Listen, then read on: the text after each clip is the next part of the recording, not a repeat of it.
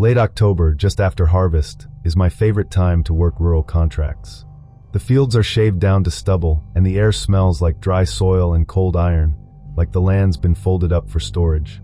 I'm in my mid-30s doing insurance documentation, photographing properties, measuring out buildings, logging structural damage.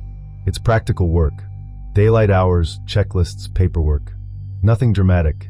I tend to prefer small towns like this. Slower tempo. Older habits. People still wave from their porches like it costs nothing. If you like listening to quiet, real-feeling accounts like this, you're welcome to follow along for the next one too. This county felt decades behind the rest of the world. One grocery store, a courthouse square, a single traffic light that blinked yellow after dark. My days settled into a simple rhythm. Motel coffee at dawn, sights through the afternoon, reports at night. No adventure. No mystery. Exactly how I like it. The assignment was straightforward. 3 abandoned farm properties tied up in a land dispute. Exterior photos, structural notes, GPS coordinates. In and out. They were miles apart on gravel roads with weak reception, so I planned to clear all 3 in one long loop. At the county office, I signed access forms and picked up faded plat maps. The clerk, a woman about my mother's age, slid them across the counter and said, almost casually, "Roads get rough after dark. Best finish early." It sounded like normal country advice. Deer, potholes, poor lighting. Nothing special. Still, she wasn't the only one who said it.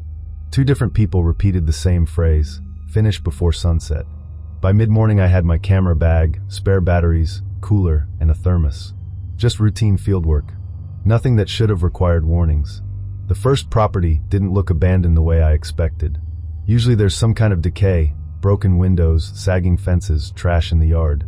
This place looked erased. Curtains gone. Mailbox removed. Even the address numbers had been unscrewed, leaving clean screw holes like missing teeth. The silence stood out more than anything. No dogs. No tractors. No highway hum. Just wind combing through dry corn stubble. Midday weekday, I told myself, everyone's working somewhere else. When I checked my phone, it flashed full bars for a second, then dropped to nothing, like someone had flicked a switch. I shrugged it off and kept shooting. The second location sat farther out. Fresh tire tracks overlapped mine in the driveway, edges still sharp. Someone had been there recently. But the farmhouse was sealed tight, windows boarded from the inside. While I photographed the barn, I kept hearing a slow metal tapping. Irregular, like something brushing loose tin. Every time I looked, nothing moved. The air wasn't strong enough for it to be wind. My GPS drifted badly, placing me half a mile off. Coordinates wouldn't settle. I ended up writing them down manually, like it was 1998 again. Driving toward the last property, the road narrowed into trees. The sky seemed to dim earlier than it should have, the light going flat and gray. No passing trucks. No mail carriers. No people. For a county this size, not seeing a single person all day felt wrong. If you appreciate slow-burn, realistic stories, you can tap a like. It lets me know to keep sharing them. At the final turnoff, a sheriff's cruiser appeared behind me. No lights. No siren. I hadn't seen it approach. It was just suddenly there in my rearview mirror. He followed for a minute, then pulled alongside when I stopped. Middle-aged guy. Calm. Professional. Tired eyes. He checked my permit papers, barely glanced at them, and kept looking toward the tree line instead. Then he said, "Finish quick. Leave before dark." Not advice. A directive. He didn't smile. Didn't elaborate. Adults don't talk like that without a reason.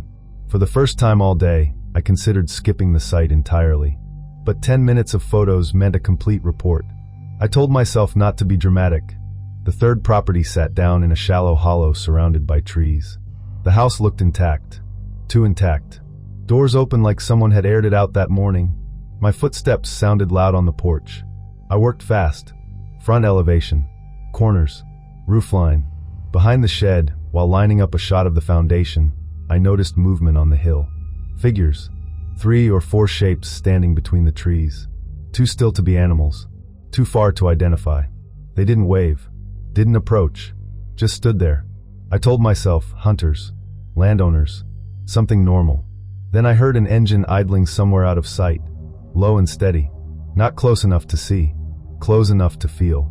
I finished the shot and headed back toward my car. Halfway there, something small caught my eye.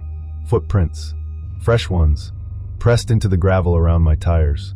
Not mine. They circled the driver's side, close enough to touch the door. Someone had walked around my vehicle while I was behind the shed. I looked back to the hill. The figures were gone. The engine cut out. The woods went completely still, like the air had been vacuumed out. That was the moment the job stopped mattering. I didn't run. I didn't panic. I just packed up with the kind of quiet urgency you get when you realize you're being watched by people who don't want to be seen. I got in and left. I drove faster than I should have, tires skidding on loose gravel. My hand stayed steady on the wheel, but my chest felt tight. Half a mile later, the sheriff's cruiser was parked at an intersection I didn't remember passing earlier. Engine running. Lights off. He watched me pass and gave a single nod. Not friendly. More like confirmation. Like I'd made the correct decision. Back at the motel, I checked my photos. Several shots from behind the shed were gone. Just black frames. Corrupted files. Only that location. My camera had never done that before.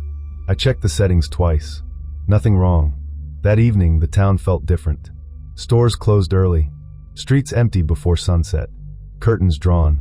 At the diner, people spoke quietly about keeping to schedules and not staying out past light, like it was a rule everyone understood but nobody explained.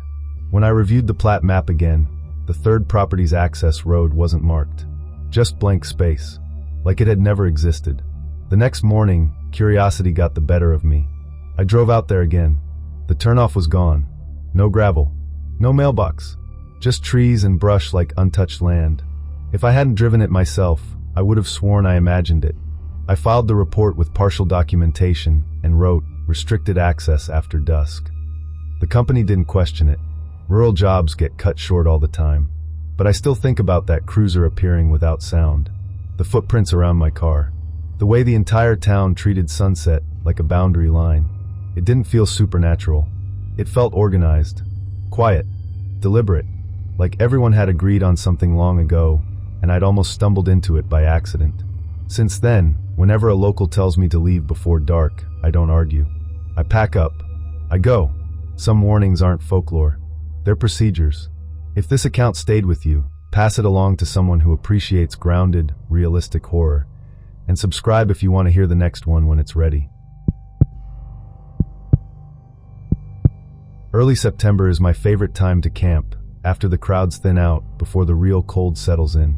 Mornings are cool enough that coffee feels like a reward, and the daylight has that shorter, more deliberate rhythm. I'm in my mid-30s, and I'm practical to a fault. I plan weekends the way some people plan work trips. Checklists, backup batteries, extra cordage, dry socks sealed in plastic. My wife and I don't do resorts. We prefer state parks and county campgrounds, simple sights, a stovetop kettle, early nights. Quiet feels like the point. If you like these calm, real-feeling accounts, subscribe. There are more like this, told the same way. This county park sat about 3 hours from the nearest city, tucked against low mountains and surrounded by logging roads that didn't show up clearly on most GPS maps. It wasn't remote in the cinematic sense. No cliffs, no last chance signs. Just forgotten enough to feel peaceful. When we pulled in, there were only 4 other vehicles in the lot. The ranger station looked older than the trees around it, sun-faded siding, a bulletin board under cracked plexiglass, a flag that moved like it was tired. Everything felt slow, quiet, predictable, exactly what we'd come for. We booked 2 nights because we needed a reset after a long stretch of work. No agenda beyond a short hike, dinner before sunset, and reading by headlamp until the cold pushed us into the tent. Cell service was patchy, but that's normal for parks like this. Honestly, it was part of the appeal. Check-in, though, was oddly informal. No printed map. No highlighted rules sheet. The ranger, an older man with a gray mustache and a voice like he'd been clearing his throat for years, just gave verbal directions, pointing with 2 fingers toward the loop road like he was indicating a familiar chore. He mentioned that certain trails were closed for maintenance, but there were no signs posted at the entrance, no orange boards, no official notices. Just the way he said it, like he expected us to take his word and not ask questions. By early afternoon, we set up our tent near the treeline. The campground felt underused. Empty fire pits with last season's ash, weathered picnic tables polished smooth by rain, old reservation tags still hanging from posts like forgotten receipts. It didn't feel abandoned. It felt paused, like someone had hit stop and walked away. I noticed it first on the walk to the restroom building. There were multiple campsites with personal items left behind. Not trash, not junk.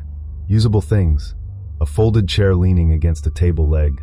A cooler with the lid propped open, like someone had stepped away to grab ice.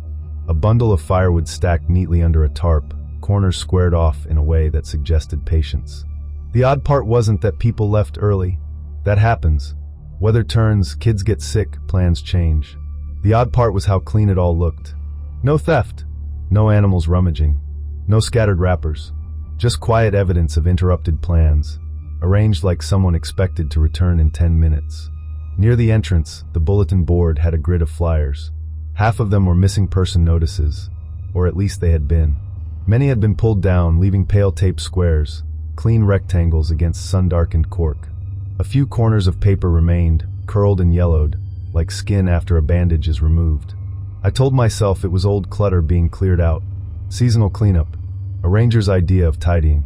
But the empty tape squares felt deliberate, like someone didn't want certain faces hanging there.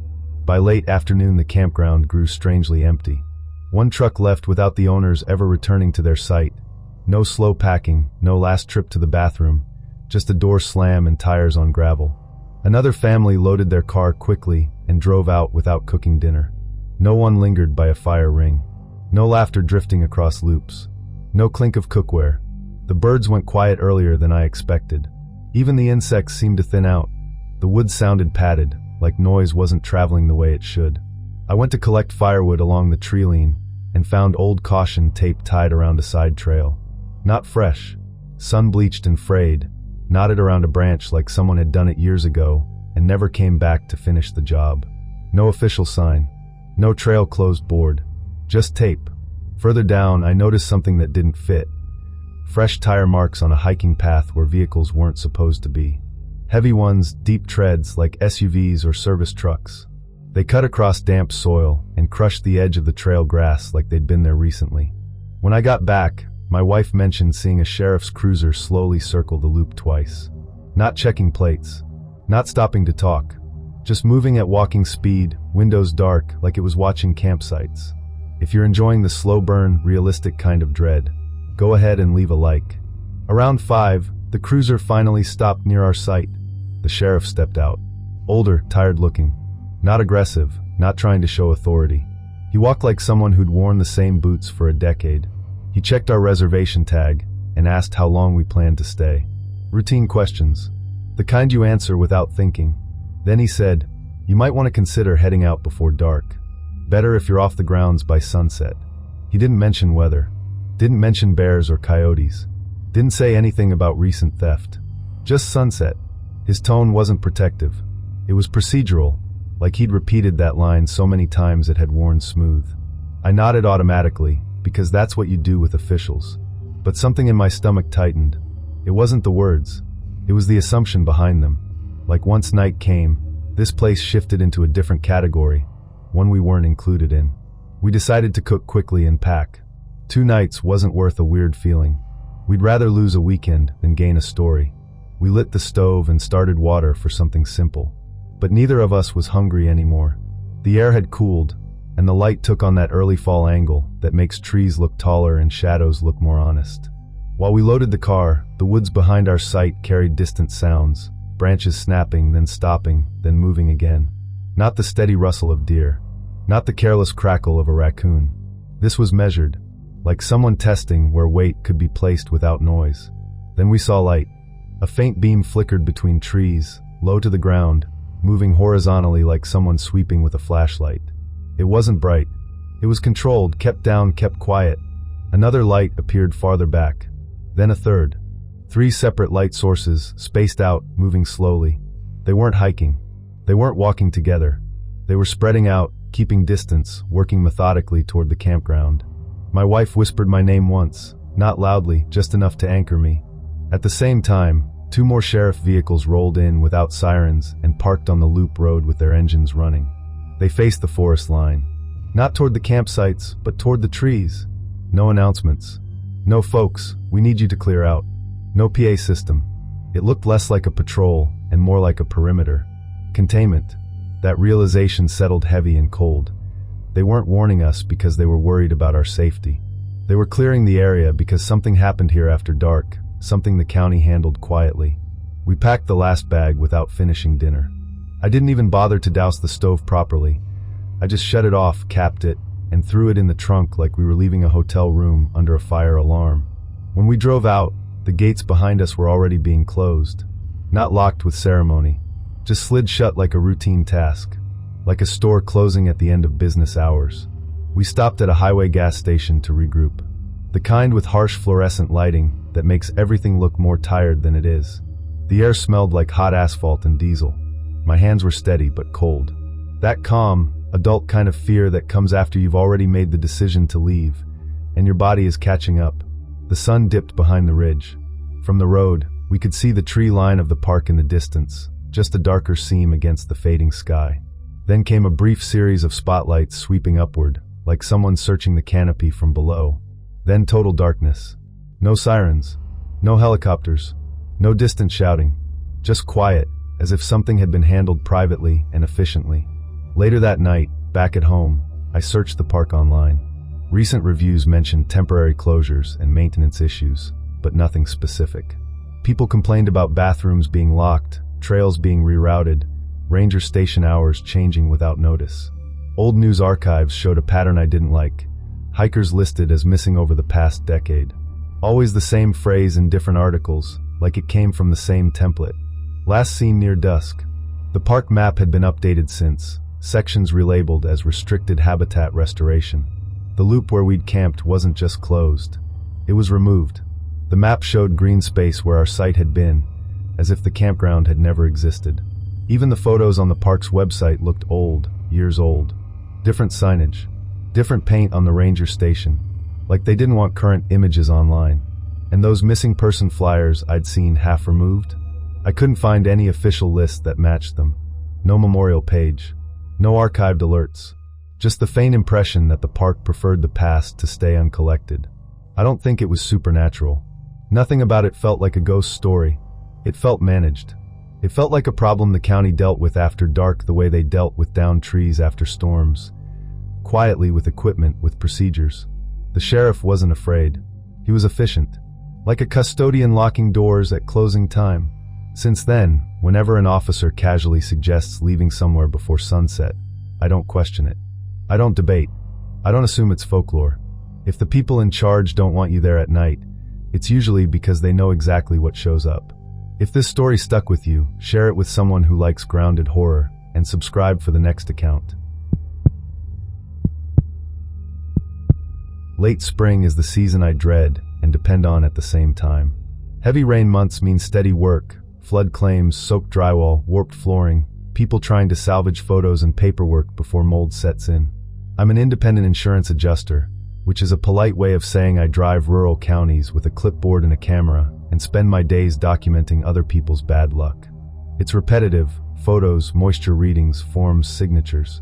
I'm used to mud, empty houses, and long drives that blur into the same two-lane scenery. If you prefer these quiet, real-style accounts, subscribe. There are more stories like this, told the same way. This town sat along a wide bend in a river that flooded every few years, but always rebuilt. Old brick storefronts downtown, sandbags stacked near doorways like seasonal decor, faded high-water markers painted on poles and bridge supports. Locals treated flooding like bad weather, annoying, expensive, and normal. You could feel that attitude in the way they talked about it. No drama, no panic, just tired acceptance. I checked into a small roadside motel with a humming ice machine and curtains that never quite met in the middle. 2 full days of inspections. Another practical assignment. Nothing dramatic. The claims were flagged as overnight water intrusion in a cluster of homes near the river. My job was to verify damage and confirm timelines. What got wet, how high, how long it sat, whether it matched the reported event. Most of the time it's straightforward.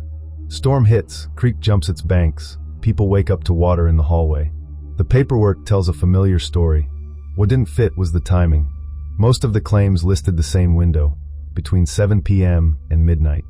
That's a strangely specific pattern, and patterns always catch my attention because fraud and simple misunderstandings both leave patterns. I pulled the weather records for those nights, expecting to see a line of storms moving through. There were none. No heavy rain. No thunder warnings. No sudden river crest. I assumed mistakes. Sump pumps fail.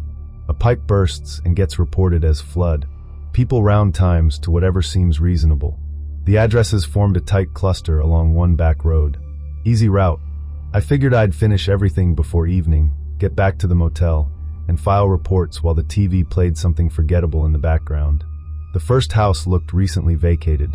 Not ruined. Not gutted in a disaster recovery way. Just stripped. Furniture gone. Nails removed from the walls like someone had taken down photos carefully, not in a rush. The floors were swept.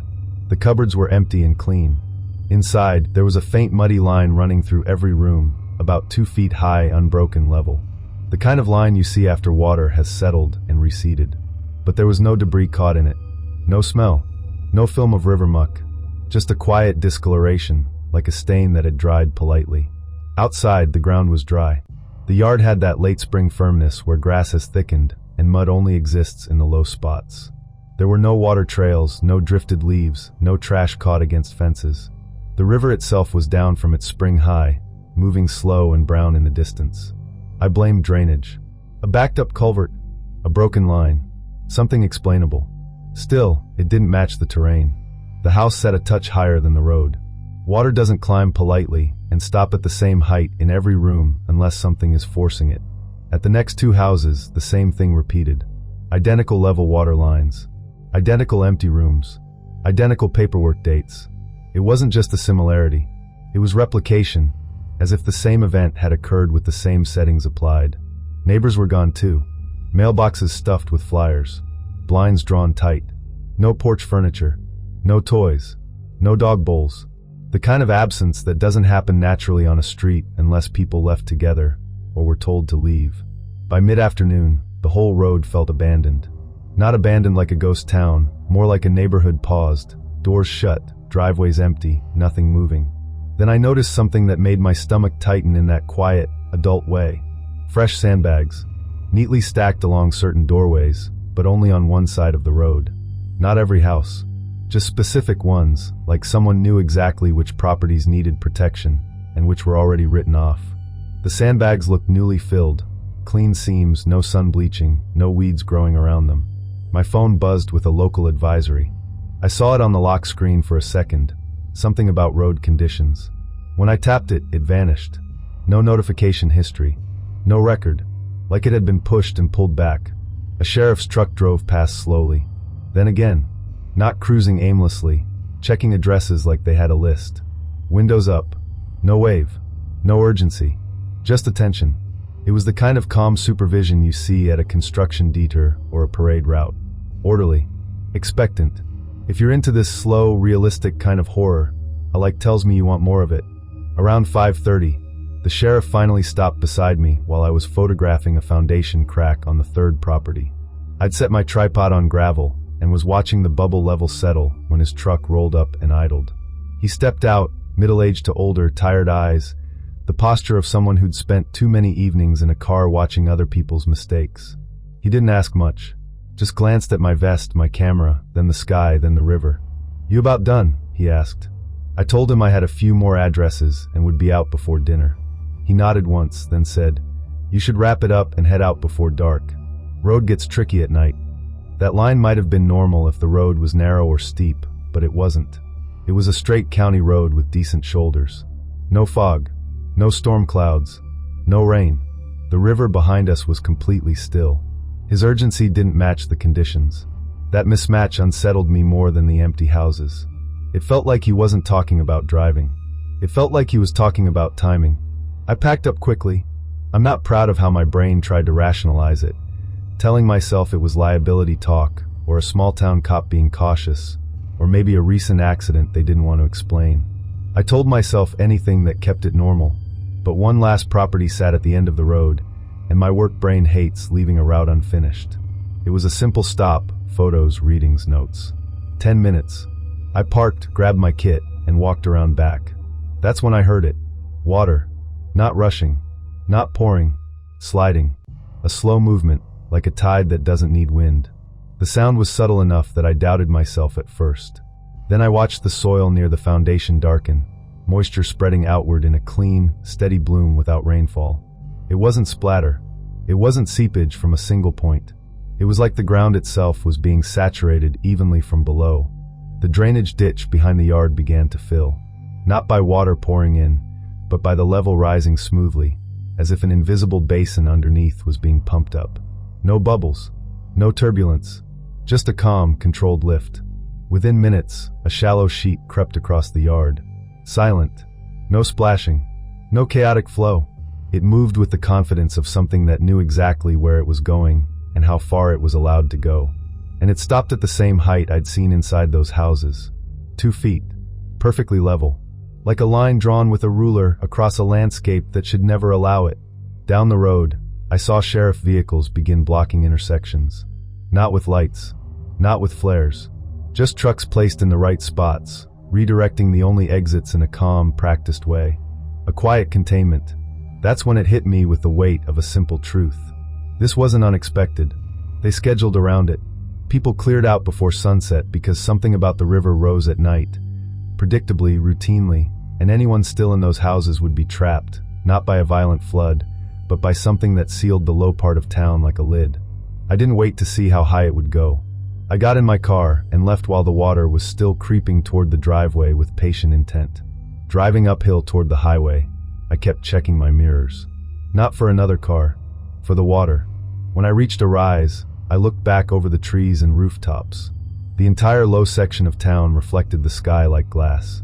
Not submerged, not chaotic, evenly covered, like a shallow lake placed there on purpose, smooth as a countertop. There were no flashing lights, no rescue boats, no screaming neighbors, no emergency response at all. Just absence, like everyone already knew the routine and had already stepped out of the way. The next morning, curiosity and disbelief dragged me back.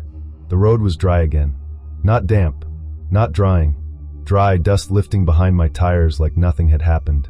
The houses looked untouched, except for those faint interior lines. Same clean sweep, same stripped rooms, same quiet evidence of water that visited politely and left without a mess. When I opened my claims system in the motel lobby to update notes, the files I'd been assigned were marked withdrawn. All of them. Addresses listed as inactive properties. Like the town, or someone above it, was slowly erasing that section from records, turning real homes into administrative blanks. I refreshed twice. Same result. At the county office, the clerk acted like she'd never seen my name before. When I mentioned the river claims, she looked past me at the hallway and said, "Those got handled." No details, no tone, just closure. I never found an explanation that fit physics or plumbing, but it didn't feel mysterious to the locals. It felt managed, like tides they'd learned to live with, like train schedules, like trash pickup. Something you plan around, quietly, without inviting outsiders to watch. The sheriff wasn't warning me about danger. He was warning me about being in the wrong place during something routine. Since then, when someone in a small town tells me to leave before dark, I don't ask why. I don't argue. I don't try to finish one last stop. Some places have schedules you're not meant to witness, and some of them rise quietly after sunset. If this one stayed with you, share it with someone who likes grounded horror, and subscribe if you want the next account when it's ready.